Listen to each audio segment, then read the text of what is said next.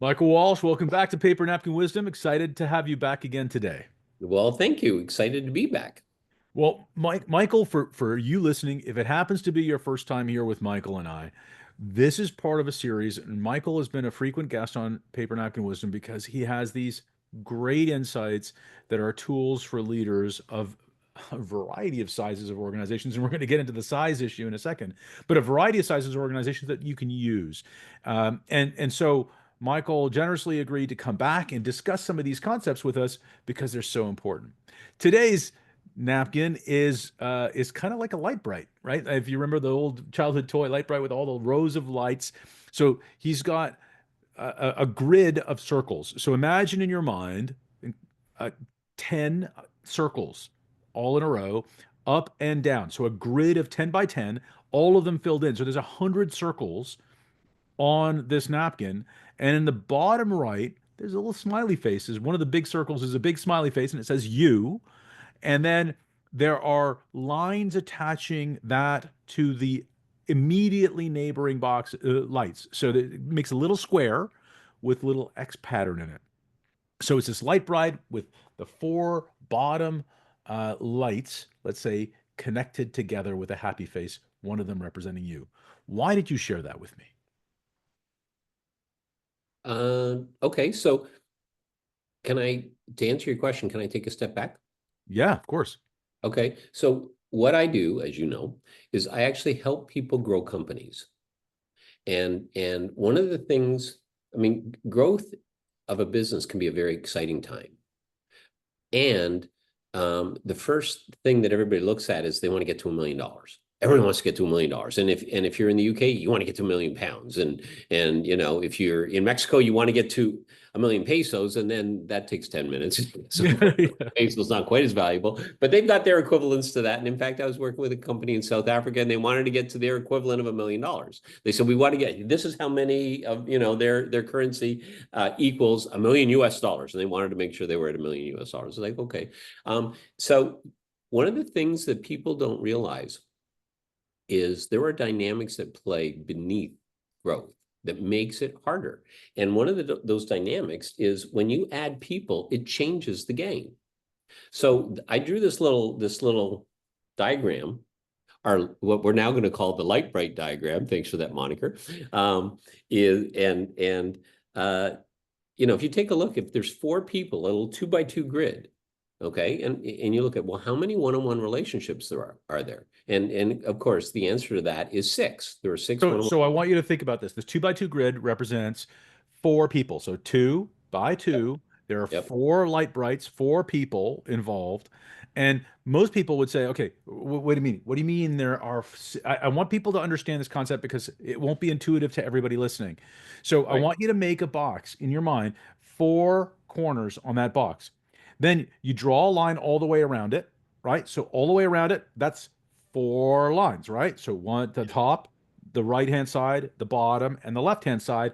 That's four one-on-one relationships. And then you draw an X across the middle, connecting the last two people, and that's two more relationships. So that's what you're talking about. Six total relationships, one-on-one relationships between those four dots, those four people, correct? right. So if I put names on the dots, so let's say there's you and me, and Mhm. there's Sally and Monica, Okay. four of us. Okay. So how many one-on-one relationships do I have? Well, me and Sally, me and Yep. you, me and Monica. There's three. Right. There's you and Monica, Yep. you and Sally. Now Yep. we're up to five. Well, then Correct. there's also Sally and Monica. That's So six. that's the six relationships. So with four people, there's actually six one-on-one relationships that exist. Now, when I go from a 2 by 2 grid, which is four people, to a 3 by 3 grid, which is nine people, okay, it jumps from 6 to 36 one-on-one relationships. And when I go from 9 to 16, a 4 by 4 grid, okay, it jumps from 36 relationships to 120. So I've got So 60 we've got we've there. got we've we've we've only increased. This is an important thing. We've Yep. only increased the scale, the number of people in the organization from 4 to 16, right? Correct. That's 12 more people, right? Yep. Which is significant. Significant growth. It's 4x, right? That's Yep. big growth. But it's only 12 more people but it's 114 more relationships one on one. Correct. It's Because Sally's got different relationships and you've got different relationships. Monica's got different relationships. I got different relationships. You start adding all the one-on-one relationships up. It now we're up to 120. Now, a 16-person company, think about this. 8 to 10 people is probably $1 million in sales if it's straight service based. yeah, 16 people, you're probably approaching 2 million. But now you're dealing with 120 one-on-one relationships. correct. Okay. Now, if I just think of this, if I got a 4x4 grid, okay, it's interesting because it leads to well, what I think is an interesting question, but then again, I've been told that I'm a little different. When you look at communication, what's more important, what people say or their nonverbals? Well, I think what's more important is what's understood. Okay, so which could you believe if you see inconsistencies between what people say and how they're operating or how they're acting in their nonverbals, which can you count on? Nonverbals. 100% of the time. Yeah, 100%. Okay. Yeah. Um, And look for people listening, it's the difference between saying these same words. What are you thinking? Right? Right?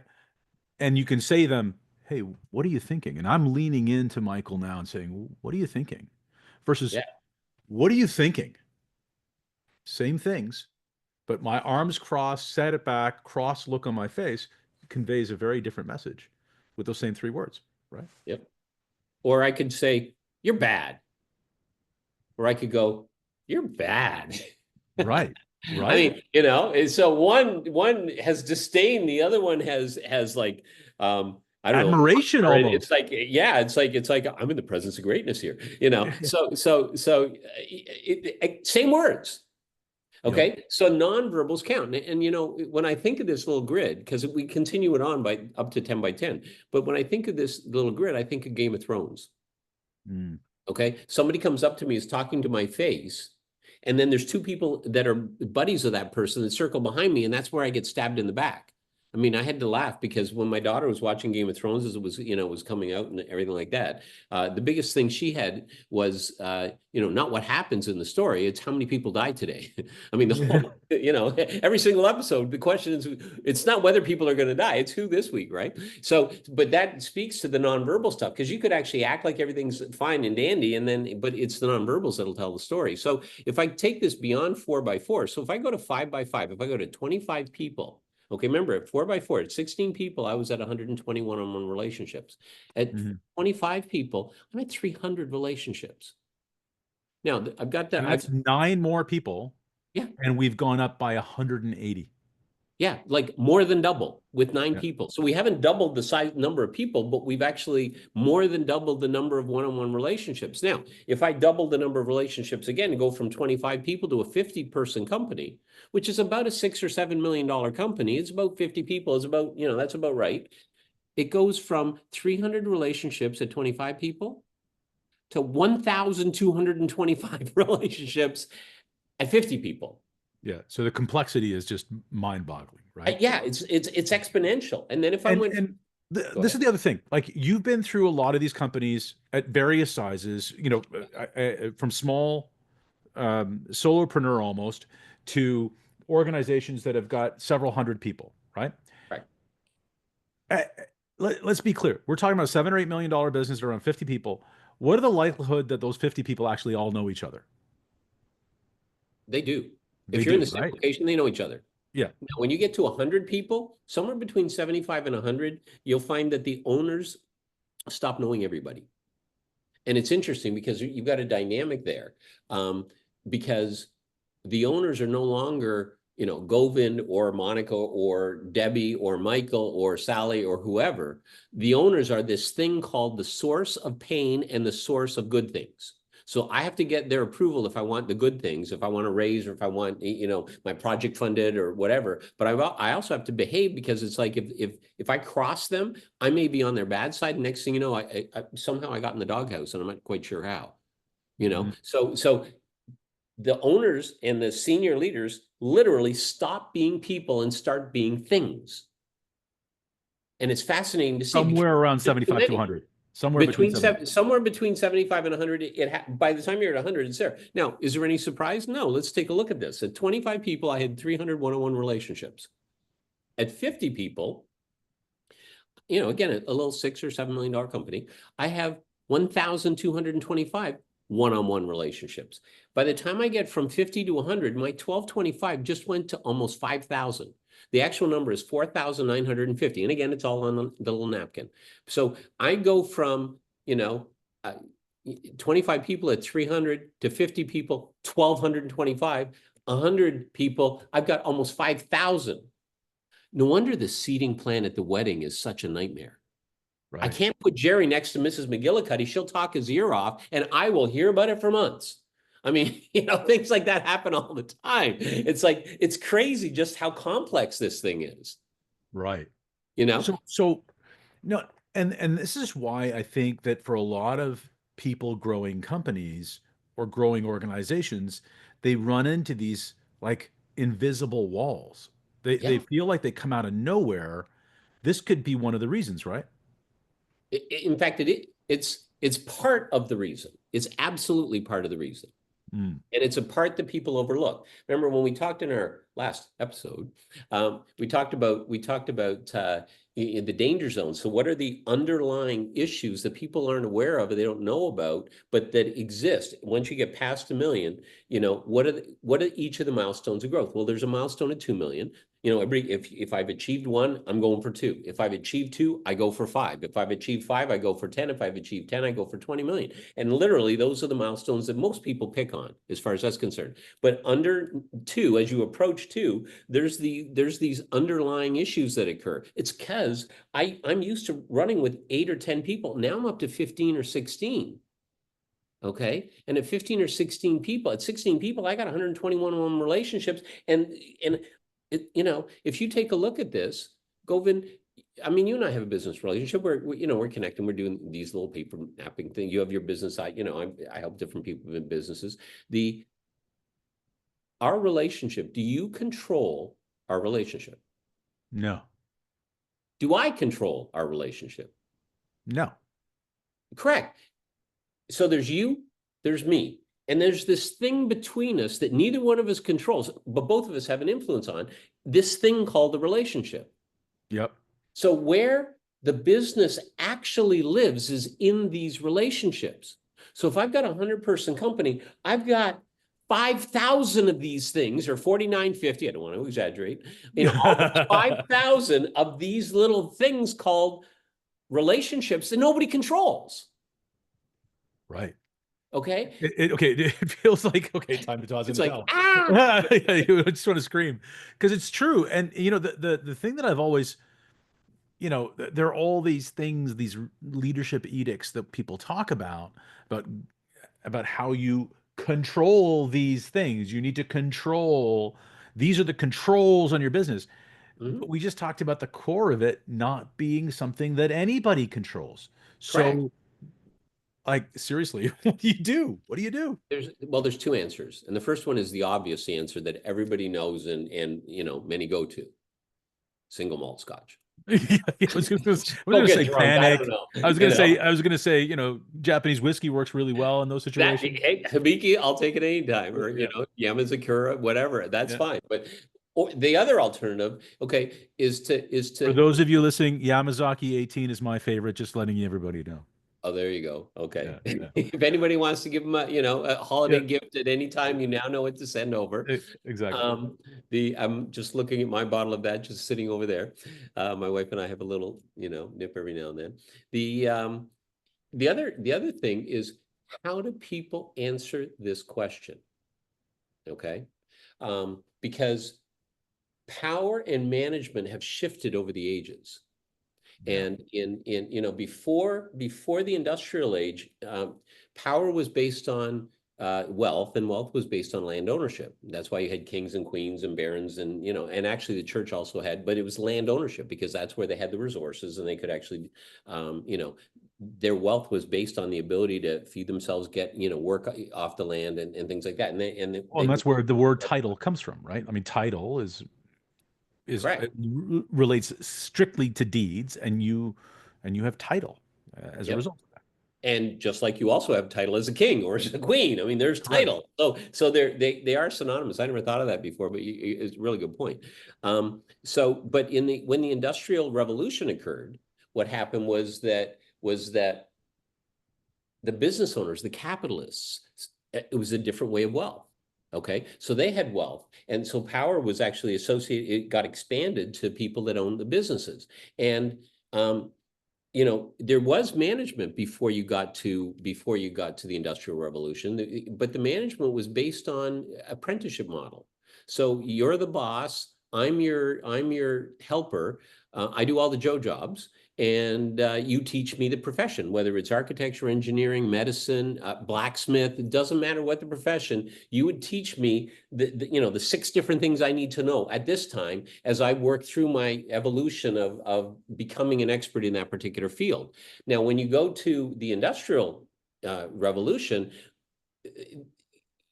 assembly lines and things like that started to show up. And so what happened was that, if there's 20 journeymen that each bring their apprentices, um, then you're in a situation where everybody was teaching their people different ways. So you were teaching me one way, but somebody else might be teaching their people a different way. So what happens is, and I'm doing things one way, and the other apprentices are doing things different ways. It makes for a lumpy assembly line. So everybody has to do the things the same way. And so what happened was that management started to take control over the process. Rather than teaching the apprentice how to do things, they reduced it down to one job here, one job there. And they took control from the workers so that they could actually manage this because they needed things to run smoothly. And I got to tell you, it worked really, really well from an economic perspective. Productivity went through the roof. I mean, at Bethlehem Steel, they went from cutting and processing 9 linear feet of steel per minute to 50 feet Yeah. per minute in a And matter of a few that's months. the value of specialization. But I mean, that's what they talked about, right? But it was Specialized. because of uniformity that they Yeah. all were doing it the same way. So what happened was of course, it was what it did. The net effect on employees is it turned them into cogs in the system. This is also when unions came up because people didn't like it. They were being treated like machinery. Because So they were it leads, replaceable in that model. yeah. And so as long as I've got consistency of inputs and consistency of outcomes, that's exactly what happens. Okay. Mhm. Now, we've continued to grow and evolve, and we're past the Industrial Revolution. Now we're in the information age. In fact, we're in the information age has morphed into a networked world. And it's interesting because with AI and things like that, they're saying, well, yeah, but information is now ubiquitous. It's there for everybody at all times. What's being predicted is over the next decade to 2 decades, it's going to shift from even the information age. It's almost like it's being complete when all the information that's available is available at our beck and call. We're still working it out, but over the course of the next, say, 20 years, it'll be the age of creativity. In other words, what you do with it. It's not the information itself that actually gives the power. It's the people who are creative in their use of that actually can make a difference. And there's already people showing up that do that, and it'll continue to evolve however it does. But the back to the thing, management it went from learn from the master apprenticeship to command and control. You do what I say, I withhold the information. You just learn your job because that way you'll actually do it because I need to have you conform. But now we're into the information age and a network world, and moving on from that, you're in a situation where I need people's brains. In the industrial age, if it was just manual labor, you could hold a gun to my family's head saying, Michael, you have to do this, lift that rock, or make sure you're loading this assembly line this way. And I would literally do it. But if you actually use the same version of force and coercion on me when I'm a knowledge worker, whether it's a skilled trade, whether it's a professional service, whether it's somebody in healthcare, whether it's somebody in even in training and development, you hold a gun to somebody's head and go, be creative. The brain just doesn't work that way. I'm like, he's going to kill my family. He's going to, and my creativity goes away. So I have no access to that. So what's happened is the power is actually shifting away from the people, the management. And all of a sudden, things like prescribed power that people relied on, Okay, because I'm the boss, you're the employee, you have to do what I say. Doesn't fly anymore. And you're in a situation where now it's you need my creativity at the table. You actually have to be nice to me. Because if I feel safe and I feel good and I want to participate, that's when my creativity is available. Will I still operate the other way? Sure, because I need the paycheck. But I got to tell you, if you can actually tap my creativity, or you can tap my lateral thinking, or whatever it is that, my specialty, then I'm in a different spot. So it leads itself to the question, which is a business more a well-oiled machine, or is it morphing now into this thing called an intelligent ecosystem? And it's Well, you know, one interesting. of the things that before we go too far, because there's so much in what you just said, you talked about how you can't just sort of yell at somebody to be creative, right? And I actually wonder about that a little bit, because I actually think that a creative always thinks creatively. So yes, they will be creative, but if you scare the crap out of them and you say be creative, they'll be creative at the Maslow level that would best serve them emotionally at that time. So if you're threatening their safety and saying be creative, they'll absolutely be creative as it relates to their safety, not the organization safety, their safety. If you empower them and leave them enlightened, acknowledged, appreciated, if you create the structure that supports that self-actualization, they'll be creative at the highest level, right? Right. So the creatives will be creative, but what we do to them forces where they force that creative energy. And if we're going to make creatives creative about their own survival, they'll be walking out the door pretty fast, right? Yeah, I was going to say, how sustainable is that? So you may yell at me, and I may do the stuff because I just want you to stop yelling at me, because I hate it when you yell at me.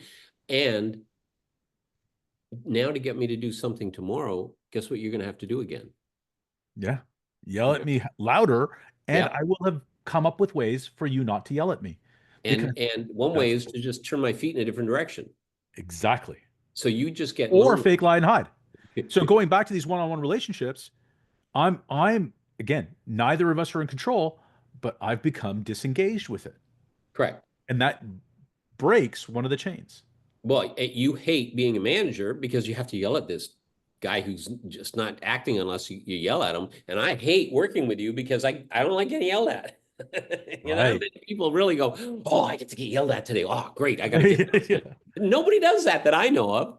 There Yeah. may be one or two, the exception makes a rule, but that's usually not how it goes, right? So it's interesting, because with the evolution of how both power and management have worked, prescribed power really doesn't have a place. But people say, so then you ask the question, is a business more of a well-oiled machine? Okay, or is it more of an intelligent ecosystem? I got to tell you, a lot of people will either say well-oiled machine, because they go, the structures are here to stay. People come, they go, but the structures are here to stay. And it's like, okay. The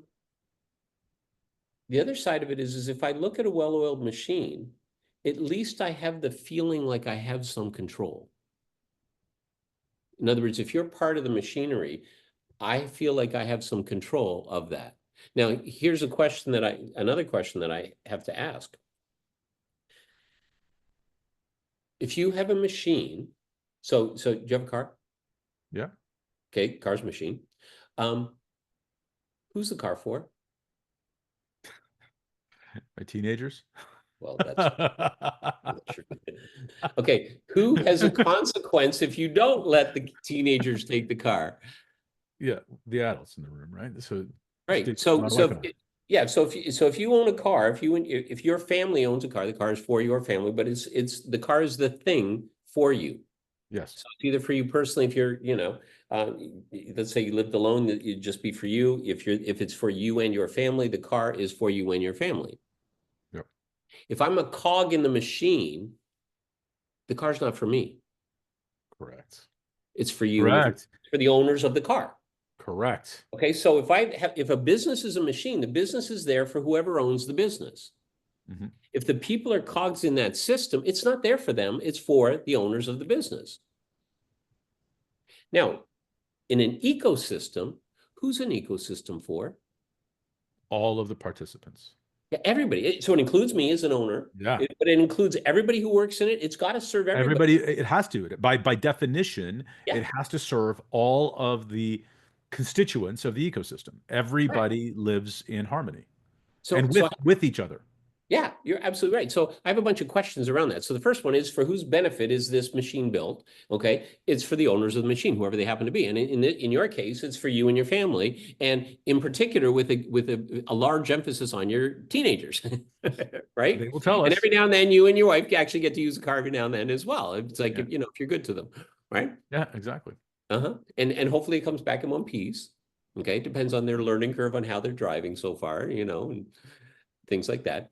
So when Mhm. you look at the ecosystem, all participants within the ecosystem, as well as any stakeholders, as well the owners, the managers, the employees, the clients, the suppliers, like everybody. Okay, and then the other question is who's in control and And the who. machine, and I want to Go go ahead. back. The machine we're talking about is the company, the Is the organization, business. is the Yep. business, right? So That we're thing that talking. has 100 people with Yeah, 5,000 yeah, relationships. exactly, right. I just don't. I don't want people to lose sight of that and think that we're thinking about the assembly plant. No, we're talking about the whole thing, the whole business. Pick a business, pick a sector, pick a type of business, a service-based Um, business. let's pick an event planning organization. Okay. So if you have an event planning organization, it's got 50 employees and they work in a couple of different cities and they actually help. In fact, there's a client that I've worked with that does in fact do that. And they're here on the West Coast of Canada and they actually do a lot of events in Vancouver. They do events up at Whistler. They actually bring people to Banff or Jasper, in Alberta as well. So, there's a lot of, and then they actually take some people down to San Francisco, down the West Coast. So in fact, and there's about 50 people. And because it's services, but they also actually sell like the programs and stuff like that, even though it's a services-based business, they're actually at about like 15 million bucks a year. Mm, And the reason is because you're actually having to pay to get the participants into these venues and stuff, so it's not just their services, it's their services combined with a purchase. So that's a great example. Okay. And yeah, so the question's who's in control of it? If that business was a machine, who'd be in control of it? the owner. Right. So the owner or the owners, okay, and the senior leaders, by proxy, okay, Yeah. under the direction of the owners. Now the staff operate it, but they follow the directions of the managers and the senior leaders, at the behest of the owners.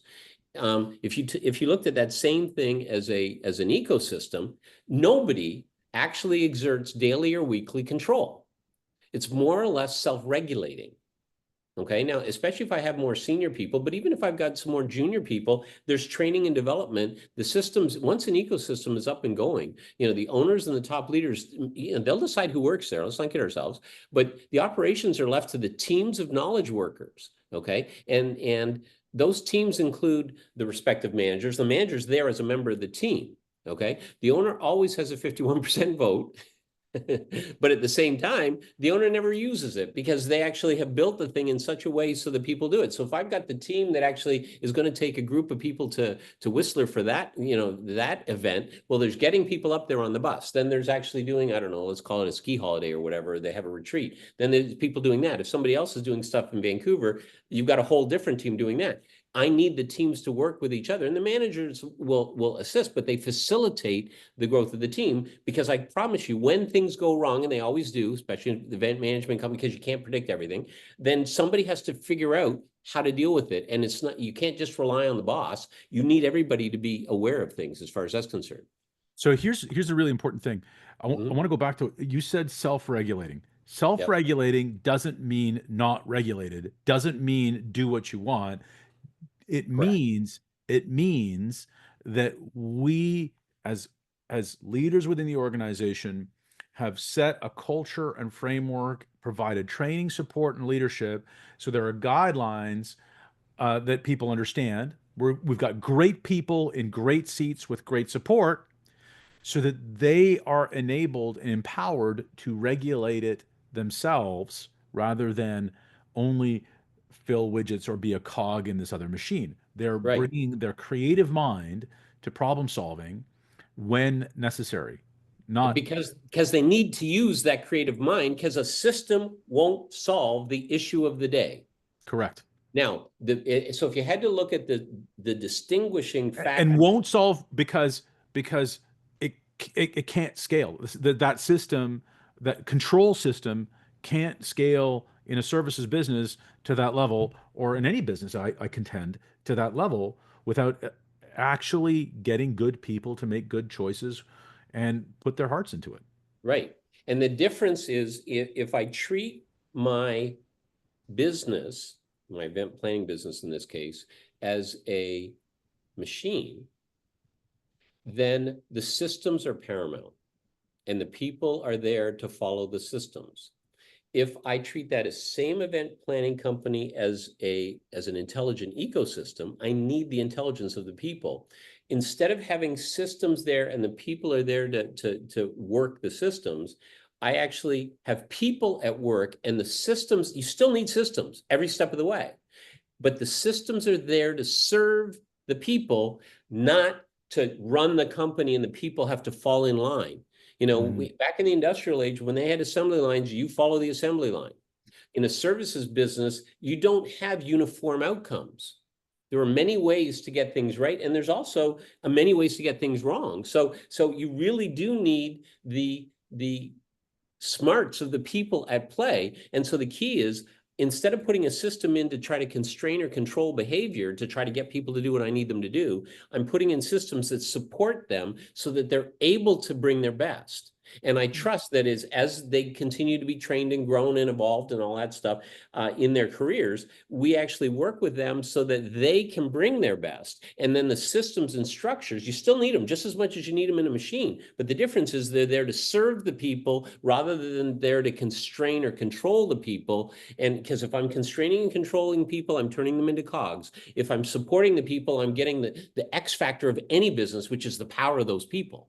Because if I can Yeah. tap the power of the people, I got to tell you, profitability goes up, your freedom in your business goes up. The freedom there's tons of freedom for everybody if that happens. And primarily the owners and leaders, the levels of freedom are far richer, and the employees have a far more higher levels of satisfaction in the business as well.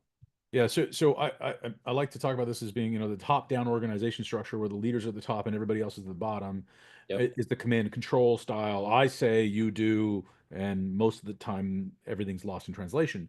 The other side is like the leaders are at the bottom supporting an organization which fills the void. So think of it as a V versus a pyramid, and Yep. and what you do with the V is you've got the supportive structures, tools, frameworks, and understanding the ability to learn, solve, and adjust in public, the transparency tools, so that the value of this is, think about it this way: when a small organization learns something, Hmm. it has the potential for that information to spread amongst that small group more tightly. But when By it's word of mouth. by word of mouth. But however, when you play a game of telephone and there's more than three or four people in, what happens to the message? It gets diluted. So you need support structures to make sure that the right message is properly conveyed all the way through transparently to everyone. So when we learn, solve, and adjust, we learn, solve, and adjust at scale. So, you know, 4,950 people can get Right. the same or at least very similar message. Or 4,950 relationships. Remember, there's only 100 people to Yeah, get that's that. right. Yeah, yeah. Okay, and Relationships. here's the Yeah. other side. So I mostly agree with what you said, but there's one part that I'd actually adjust. Okay, so you said top down versus bottom up. What Mhm. I would do is turn it on its side. See, the employee is not more important than the boss. The boss is not more important than the employee. They each have different roles and both are needed in an ecosystem. So by turning it on the side, I put the customers over here, and the employees are really the front face to the customer. But everybody has to work with each other. So I'd still do the exact same thing, but instead of having the boss like drive it, the boss does get to say who plays, but the other side of it is they have to work together with each other. So, and the difference here would be, instead of you have to do it because I'm the boss and you're my employee, I say, I have been around the block on this. Would you like a little support on that? And Yeah. then you're like, yeah, I heard he's done this a lot. Maybe we should get his opinion. It's like, well, this is just my opinion. I'm interested in what your thoughts are on it, but one possibility might, in other words, I can train from the credibility of my experience rather than dictating because I know better than you. And isn't So that when leading becomes more coaching and support than hierarchical leadership, right? And that's where even the teammates can lead each other. I mean, yeah, I really, agree. for lack of a better word, or more just for illustrative purposes, an employee could support and coach a leader Oh, no if the question. framework was well understood. Correct? Yep. And I just hesitate to use the term coaching because it's so overused by everybody for everything. It's like, I don't know, I don't even know what it means anymore. But it's people, yeah, it's people working with each other and collaborating and stuff. And sometimes training is needed. So you give people access to the training, and I'll use something like mentoring as well, or and I know that we're just playing, with different words, but coaching does apply. The only thing is it's so overused these days that nobody knows what it means anymore. Yeah, It's, yeah, no. everybody's got to be a coach. Everybody's got Well, a okay, so shingle on it. I'm gonna be the boss, but I'm gonna call myself a coach. So that when I tell you what to do, I'm gonna claim that I'm coaching you. Sure. Like literally, it's exactly how it's being used these days. So it's like it's more about allowing for the ideas and thoughts of your people. See, because I may be a 20-year veteran of something, and I may have somebody that's brand spanking new, but you know what? They've got youth, they've got ideas, they've got energy, they've got different things. So we might actually, get into a dialogue where we figure things out, or I allow for their inputs and they allow for my experience, and together we actually try a few things as far as that's concerned. Now, the one argument against this that I see from people is they go, yeah, but what if you don't have enough time? Listen, you got deliverables. It's like, okay, so there's ways to do that where you'd say, well, here's the thing, do you trust me? And they go, well, yeah, I suppose. Well, I'll tell you what, let's try it here. And at the end of the day, let's circle back and I'll tell you what I was thinking about it. And I'd really like to get what you were thinking about it, because we've got to get this off to that company like in the next half hour. That's awesome. Okay, that sounds good. As long as I circle back and take that 5 minutes at the end of the day, then all of a sudden we can actually grow based on that. So it's not just me pulling rank all the time. We're in a situation where it really is far more of a collaborative thing. And if I actually take a genuine interest in your training, growth, and development, which is also later we'll get to the framework and all that, but that's part of that. It makes a big difference It as far sure as does. it's concerned. All right. So in our next sit down, we're going to talk about how we allow for those relationships to grow. We're going to build on this subject as we continue to go. Um, is there anything that we want to say that you want to say here, Michael, just to sort of wrap up this light bright session? Sure. So because it gets so hairy, the reason people go to this thing called a machine, okay, is because in the short term it feels like there's some semblance of control. And initially, an ecosystem looks pretty overwhelming. But if you can break down the pieces and you just take it one at a time and you work your way through it, I've actually identified 7 different pieces, and we'll actually do this over 7 different sessions. We'll talk about the pieces, and it's like it is doable. You just need to understand what are some of the dynamics that are playing with that, as far as that side of it's concerned. And if I can understand, you see, because the other side of this, there is another half of this, and that's we need to understand human behavior at a different level. Yeah. Because it's only if we understand the dynamics of human behavior and what is actually constantly at play, that takes a lot of the fear or overwhelm of an ecosystem. It actually takes it, and okay, you know what? They're just concerned about this or this or that. I understand that. Now I know what they need. If I don't understand the elements of human behavior, and we all are clear that we understand human behavior, and most of us, I'd say almost all of us, don't really understand human behavior. So the more you get to just some basics and you just see how much those basics play in every single decision that we make, and you start including those factors, it actually becomes a lot easier than people expect. I routinely will have people, I have one client, they were $12 million engineering firm, $12 million a year. And as they went from 12 to 13 and a half, they were in a situation where their profit margins started to go away. And these were really good people that were really, really highly regarded in the marketplace. And they're wondering what happened. And really what it was there's dynamics in human behavior that are starting to make it even more complex than it had been before. And as they learned and understood some of the aspects of human behavior, they made some structural adjustments that honored people rather than constrained them. And all of a sudden, you can tell very quickly what makes the difference. And as a result, it went very smoothly. Yeah. Yeah. So we're going to talk about peeling the onion on all of those things through the 7 steps that are coming up. Michael, thank you so much. You're welcome.